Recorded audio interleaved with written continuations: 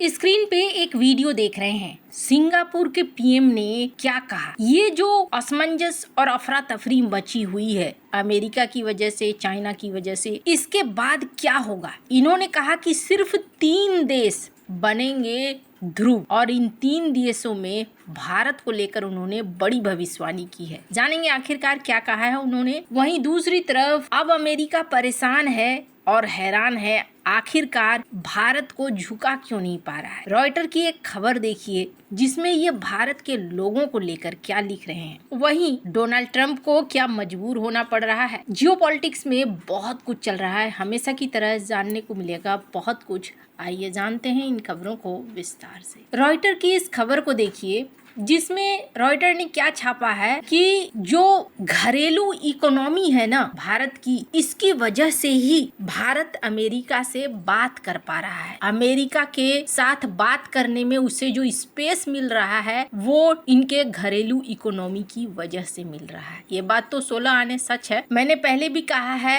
कि भारत की जो इकोनॉमी है वो एकदम आसानी से धराशायी होने वाली नहीं है। डोनाल्ड ट्रंप ने सारे तिकड़म जरूर लगाए कि धराशायी कर देंगे, लेकिन ऐसा हुआ नहीं और इसके पीछे कारण है भारत का सबसे बड़ा बाजार होना। पीएम मोदी ने एक बार एक स्पीच दी थी और कहा था दुनिया की कोई ताकत हमें नहीं दबा सकती है, हमारे ऊपर दबाव नहीं बना सकती है, हम बना सकते हैं क्योंकि हम हैं दुनिया की सबसे बड़ी आबादी। और यही चीज इस वक्त प्रूफ होता हुआ दिख रहा है। अमेरिका के सामने भारत अभी क्या कह रहा है? भारत कह रहा है कि ठीक है डील करेंगे जब हमें लगेगा फायदे वाली बात है, और जब भी डील करेंगे हम वैसी ही डील करेंगे जो विन विन वाली बात होगी। तो यहाँ भारत इस बात को साफ कर पा रहा है, टाइम पर टाइम ले रहा है। क्यों ले रहा है? क्योंकि भारत की अपनी जो घरेलू इकोनॉमी है वो स्थिर है। इसी चीज को लेकर मॉर्गन स्टैनले भी कह रहे हैं कि भारत की ग्रोथ को रोक नहीं पाओगे। इसलिए नहीं रोक पाओगे क्योंकि इनका घरेलू मांग बहुत ज्यादा है। और सबसे बड़ी बात यह है ना कि ये जो सरकार है, इस सरकार में जो 2 गुजराती बैठे हैं उनको बड़ा अच्छा बिजनेस भी आता है। अब इन्होंने क्या किया है, जीएसटी को हल्का कर दिया। जीएसटी में जो मॉडिफिकेशन किया, रेट वगैरह कट करी, उसका असर क्या हो रहा है, बहुत सारे चीजों के दाम हो गए, जो महंगे होने थे वो हो गए सस्ते। अब सस्ते हो गए तो लोग खरीद रहे हैं, लोग उसका इस्तेमाल कर रहे हैं। यानी इकोनॉमी में जो सोचा था डोनाल्ड ट्रंप ने उसका उल्टा हो रहा है। भारत अपनी चाल चल रहा है, भारत का बाजार भारत को मदद कर रहा है, भारत के निवेशक मदद कर रहे हैं। इस चीज को लेकर भी चर्चा हो रही है कि भारत में ना महंगाई को भी मात दे दिया। स्क्रीन पर आप देख सकते हैं द इकोनॉमिक्स टाइम्स का ये आर्टिकल। जीएसटी रेट गिराने के बाद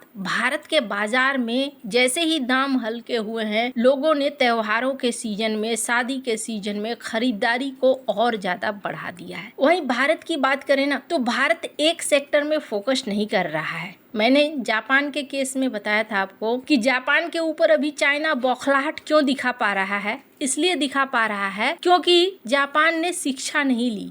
एक बार को बुरा लगेगा, मैं जापान की हमेशा से हिमायती रही हूँ, लेकिन जब साल 2010 में, साल 2012 में, साल 2023 में एक ही तरह का झटका चाइना ने दिया तो आपको रास्ता ढूंढ लेना चाहिए था कि दोबारा वो झटका न मिले, लेकिन आपने नहीं ढूंढा। भारत के साथ ये केस नहीं है। भारत को अगर आप देखें तो इस वक्त भारत अंतरिक्ष के सेक्टर में भी ध्यान दे रहा है। स्क्रीन पर आप देख सकते हैं, इन्होंने कहा कि जितेंद्र सिंह, इन्होंने कहा कि स्पेस सेक्टर भारत की इकोनॉमी में एक बहुत बड़ा हाथ होने जा रहा है, मददगार होने जा रहा है, कंट्रीब्यूटर होने जा रहा है। इसका मतलब क्या हो गया कि भारत इस दिशा में बढ़ रहा है, ब्लू इकोनॉमी इस दिशा में भी बढ़ रहा है, टेक्सटाइल, मैन्युफैक्चरिंग, इन सब दिशाओं में बढ़ रहा है और भारत के ऊपर न दबाव फेल होता हुआ नजर आ रहा है। अब कुछ दिन अगर भारत और चाहे तो और अमेरिका को रोक कर रख सकता है जब अमेरिका को तपिश पता लगने लगे। अब इसका अंदाजा ऐसे लगाइए, H1B प्रोग्राम के लिए अब डोनाल्ड ट्रंप ने खुलकर क्या कहा। And I'll tell you,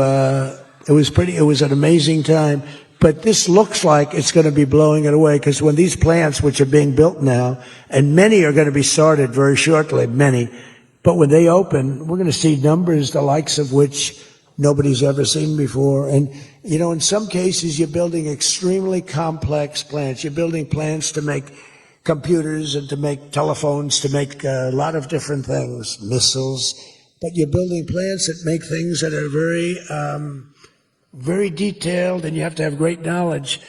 And you're coming here and you find if we don't have people that did that before, we are allowing you, and I may take a little heat. I always take a little heat from my people, the people that love me. And इस video में Donald Trump ने कहा कि मुझे पता है मेरे जो प्रशंसक हैं वो मुझ पर गुस्सा हो रहे हैं, नाराज हो रहे हैं, लेकिन हमें अपने देश को आगे बढ़ाने के लिए उन लोगों की जरूरत है। वो लोग आएंगे, हमें सिखाएंगे, हमें ट्रेंड करेंगे। हालांकि सीखने लायक लोग भी होने चाहिए। चाइनीज सीखने लायक थे। क्यों थे मैं बता रही हूँ। चाइना के मन में एक जिज्ञासा था, चाइना को आगे बढ़ना था। अगर ज्यादातर अमेरिकन को कहें या फिर यूके में आपने एक चीज ध्यान दिया होगा, ऋषि सुनक जब आए थे तब इन्होंने कहा था कि नहीं गणित पढ़ना कंपलसरी होगा, तब बवाल हो गया था यूके में। तो बेस जब मजबूत नहीं होता है तो फिर आगे की सोचना बड़ा मुश्किल होता है। तो यहाँ अभी क्या कहना चाहते हैं डोनाल्ड ट्रंप? डोनाल्ड ट्रंप कहना चाहते हैं कि भैया हमारी मजबूरी है, सुनो हमको H1B तैस में आकर हमने कह तो दिया था, लेकिन अब समझ में आ रहा है कि हमारे लिए जरूरी है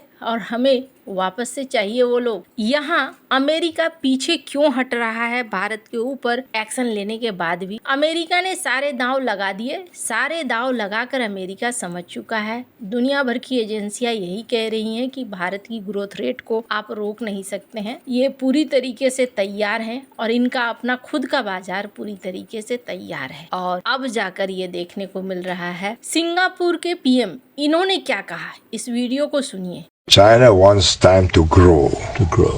If there's going to be any conflict, let's postpone it for 50 years.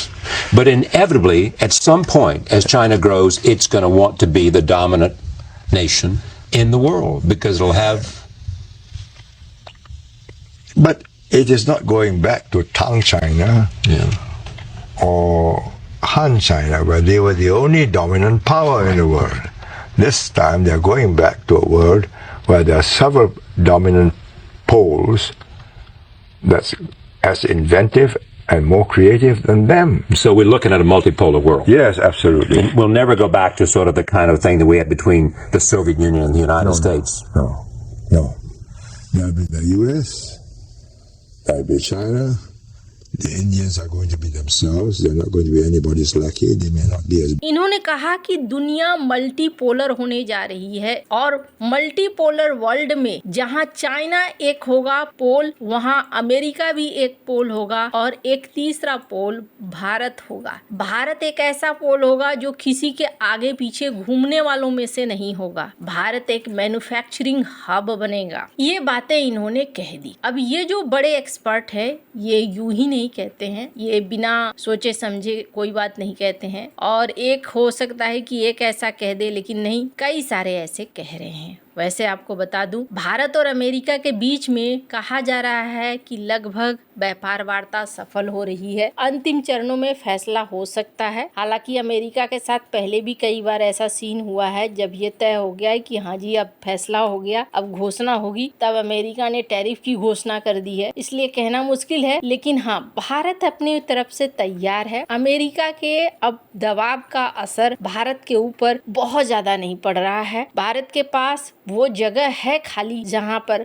Bharat अब रुक कर प्रतीक्षा कर सकता है कि हाँ भाई तुम फैसला लेकर फाइनली हमारे पास आओगे। वैसे आपको क्या लगता है, इन सब मामले में आपकी क्या राय है, कमेंट कर जरूर बताएं। जल्द मिलते हैं अगले वीडियो में नई खबर के साथ।